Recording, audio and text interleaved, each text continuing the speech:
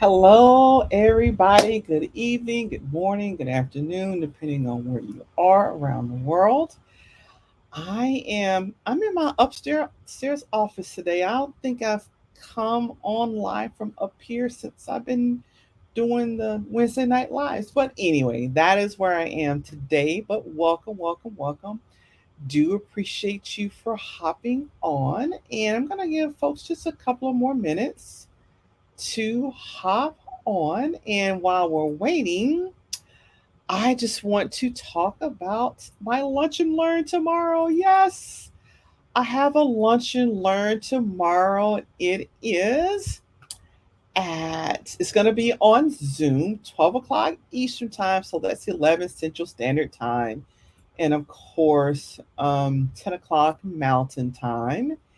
And what?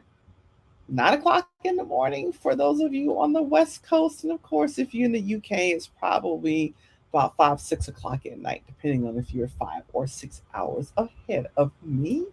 But yes, do register to join.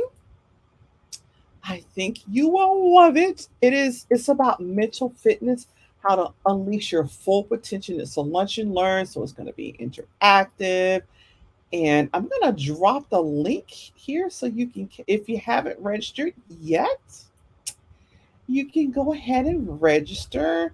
And so some of them I know that I'll have to put on afterwards because that went to YouTube. I'm not sure why it doesn't go to LinkedIn. It's kind of odd. But if you are hopping on and you can hear me, drop a yes in the comments for me. And if you'd like, let me know where you are hopping on from, right? And so, I've been on this mental fitness thing here. It's just such, and the reason for this is I did a lunch and learn a stress management workshop a couple of months ago, and the response was totally awesome. And a lot of people talked about how much they needed this because there's pandemic stress, and there's going back to the office stress, and now there's monkeypox stress, and now there's companies are laying off stress, and it's like we're piling on and on and on without that necessary natural break in there in between all of that. And so that is why I am doing mental fitness, because it is really a way to handle things that are sometimes it seems like they're just being thrown at your face, right? And so today's workshop, however, is why is your inner critic running your life and how to make it stop. And so this still all figures in with the mental fitness, right? And so if you come tomorrow, I really talk about the difference between mental fitness and mental health. And you'll notice that for the past couple of months, much of my Wednesday night lives have been about stress or inner critics or self sabotage or coworkers sabotaging you. All of these things present challenges in our everyday life. And we sometimes we struggle with handling these things. There's family stress, there's work stress, there's health stress, just so many things that keep coming. But increasing that mental fitness is a way around it. So we're talking about the inner critic today, and I don't know if you're like I am, but boy, my inner critic used to just beat me up. Oh my gosh, I cannot. Oh yeah, it was pretty bad. I it was pretty bad. Let me just say, there was a time when my inner critic, that negative voice, just I wasn't always concerned. Could figure out what other people were saying because my own voice was beating me down. And after a while, it that gets to be bothersome, and it really stops you from achieving a lot in life, right? And so, really, it's like, what is the inner critic voice? You probably know that it is actually the voice in your head, somewhere in your head, whether yours is here, or there, or both sides. But it kind of tells you, you know what, you're just so stupid. How can anybody be so stupid? Oh my God, you're so lazy. Can't you just get up and do something? Or, you're not good enough. You're worthless. You're just a worthless piece of trash. It doesn't matter, right? How much money you make or how little money you make, the inner critic voice is still there. It doesn't matter how high your position or how low your position. That inner critic voice can be right there, like running you in the ground, just talking about you. even when your life is going well. And sometimes it happens worse when life is going well for you, right? And when you hear this voice speak up, and it doesn't just constantly, you hear the same things over and over, and we have a tendency to just believe that stuff about ourselves. I'm not good enough. Someone's gonna realize that I don't belong here. I don't know this. I don't know that. Someone doesn't like me. And sometimes it comes from messages we've gotten as children, as growing up, and sometimes it's messaging we got in different school sets, and around different people. But really, this belief actually makes your behavior worse than if there are no voices with you at all. So, you don't need to tell me that, having this voice that's speaking to you is like this unseen entity, that says you'll never amount to anything, you'll never be good enough, so you're stupid. You got a $10,000 pay raise. Why couldn't you get $50,000? See, I told you weren't anything.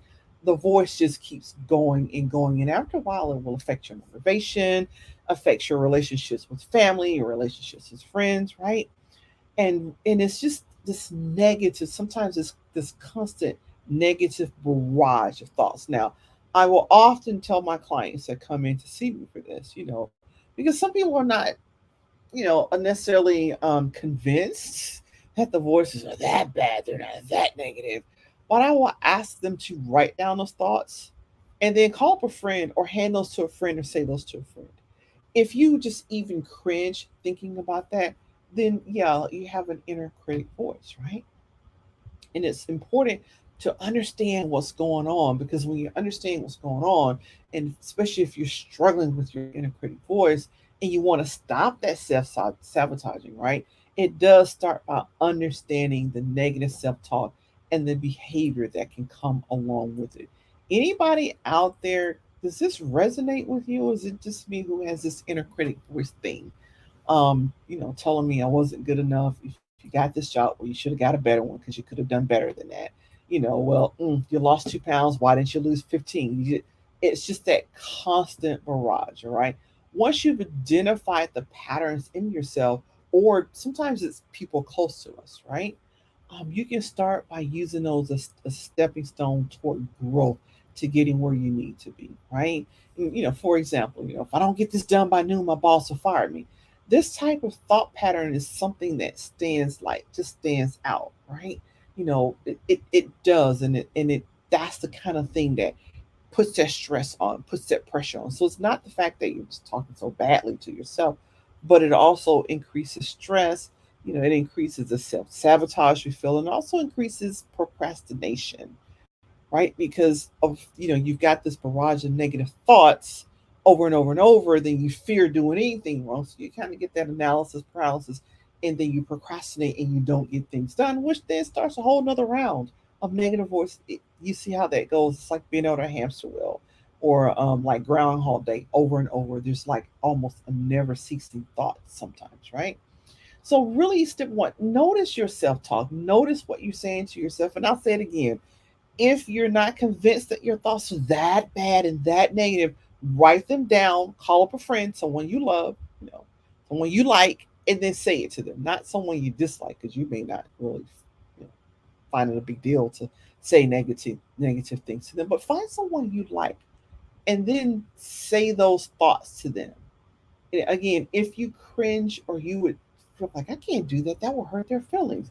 Well, the negative voices are hurting you every day, right?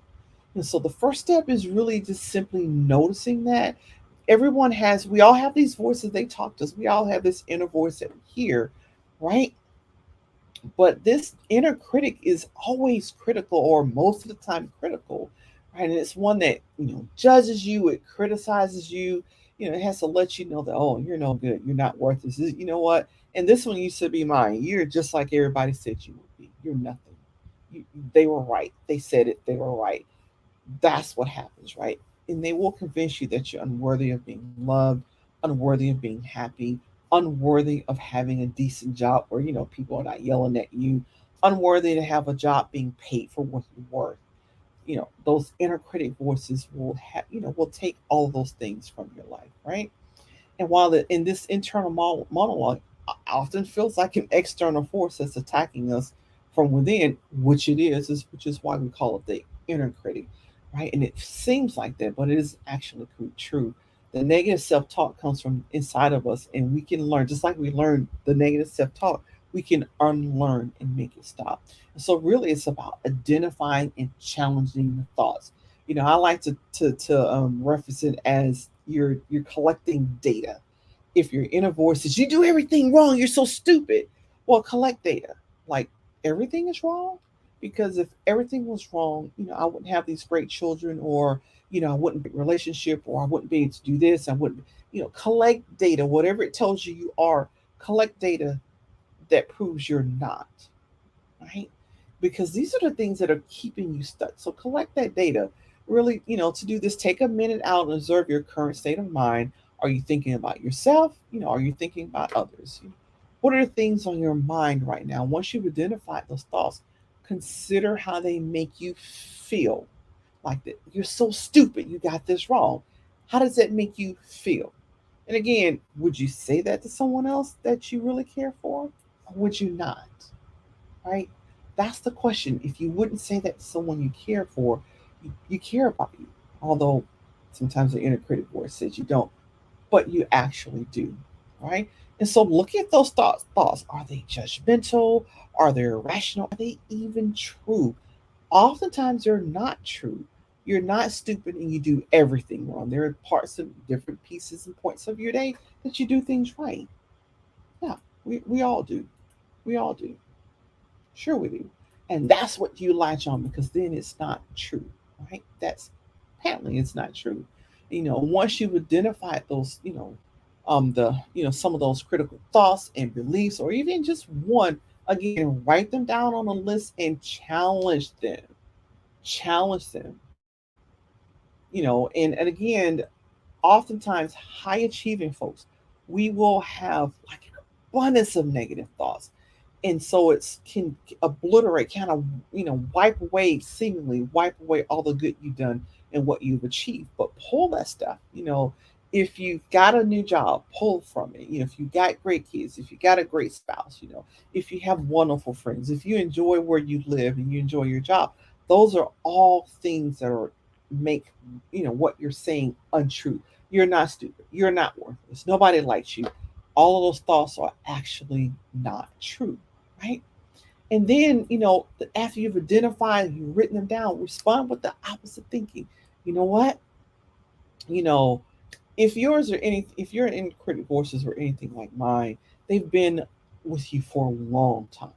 And it becomes a habit to think like that. It's a habit to think like that, which means that you've been programmed to think like that, so you can be programmed to not think like that, or to think differently. And so it's not always easy to tell, what's going on or why, but it's there. But you can silence that voice, right? Respond with the opposite. You're always stupid. Actually, I'm a great person. I am wonderful. I am talented. I am smart. I am loving. I am kind. Right? People, sometimes affirmations get a bad rap, but when they're true, say them. Say them. I am loving. I am intelligent. I'm a caring person. I'm a feeling person. I'm a wonderful person. Do the opposite. Speak the opposite of what that inner critic thought is saying to you, right? And there's so many different ways you can do that. Again, what I just said, I am loving, I am kind, I'm wonderful, I'm smart, I'm independent, whatever you are, you can write those things down. You can, put them on stickies. You can actually put them on your phone. You can actually put them on your calendar and have it pop up every hour of the day. Some I am statement that says that, the opposite of what your inner critic voice is saying. You're basically, when you do that, you're reprogramming, and it actually works. Because I was a person who was so bedeviled by negative thoughts. I not only did I have negative thoughts about myself, but I made the assumption that so did everyone else around me. It's kind of like I felt trapped in this bubble of social anxiety, and judgment, of myself. And I was actually able to break through by challenging. I'm biology major with a chemistry minor. So I like data, like looking at the data. And for me, that worked. Like, okay, if I'm stupid, why do I have 3 degrees? If I'm this, why do I have that? And it's that challenging and taking that data that actually works, right? And sometimes you can reframe that negative self-talk. It's important, to remember that your inner critic isn't the only voice in your head. You have other voices too that are more supportive. Those voices are more kind, and they can help you reframe the negative thought that the inner critic is zooming at you. So I'm doing this because there are days that my inner critic just it seemed like this. It's like one thought after the other, after the other, after the other, and it can kind of feel that way. And but again, reframing those negative thoughts. So really find creative ways to put distance between yourself and the negative thought. That's why it's so important. I like the data taking. Write it down on a sheet of paper. On that sheet of paper makes it there's a difference in between.